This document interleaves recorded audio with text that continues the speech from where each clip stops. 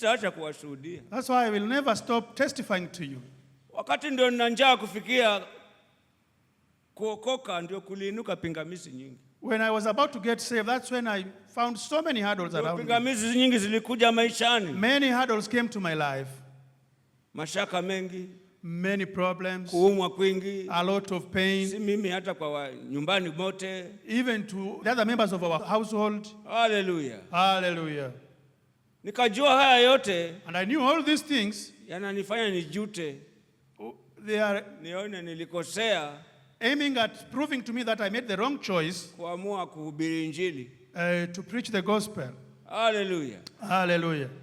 Mashaka nyumbani, problems at home, njaa nyingi, a lot of hunger, dhaifu mwingi, lots of infirmities, sina mbele wala nyuma, completely destitute. Kila nifanyalo haliwi. Whatever I do, it doesn't prosper. Mpaka mama akaja akasema, mwanangu turudi kwetu. To a point my mother came and sought me to go back home. Msiba, calamities. Hallelujah. Hallelujah. What? Amen. Amen. Mama mwanzisha akanifariji. But the founder mother gave me comfort. Siku moja akaja. One day she came. Nimepoteza mtoto. I had lost one of my children. Nimeachwa na mtoto.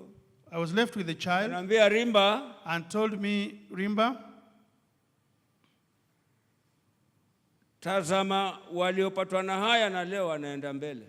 Consider those who faced these things and they are now moving on. Ukijiangalia wewe, pepo atakwambia ni wewe peke yako ndio haya yanakupata. Because if you consider your case alone, the devil will lie to you that you are the only one. Waliopatwa na hayo. Consider those who also were faced with the same thing. Na leo wako wanaendelea mbele. And today they are moving on.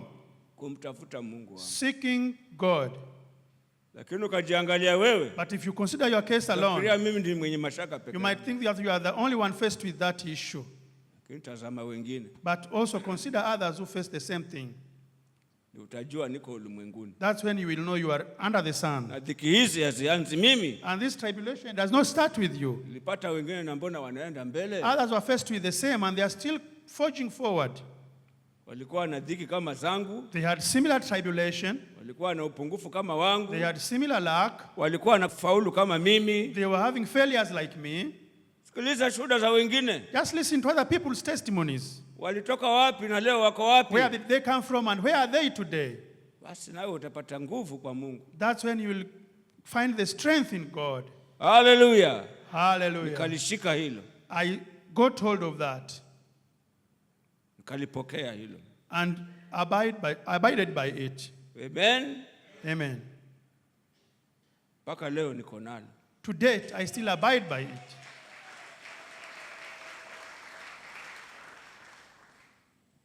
Amen. Amen.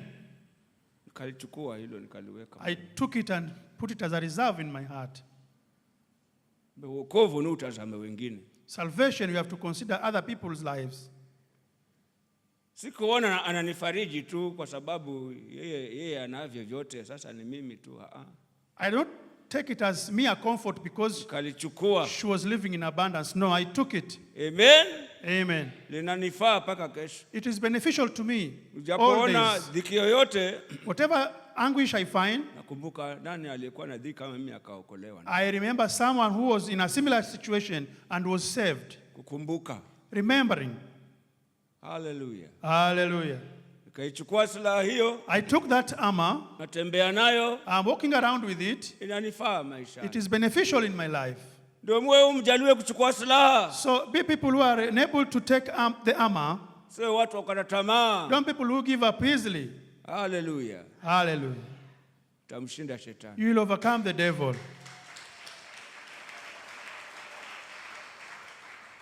Tamshinda shetani. You will overcome the devil. Nasema walimshinda kwa ushuhuda wao. Because it says they overcame him by the word of their testimony. Kwa damu ya mwana kondoo. And the blood of the lamb.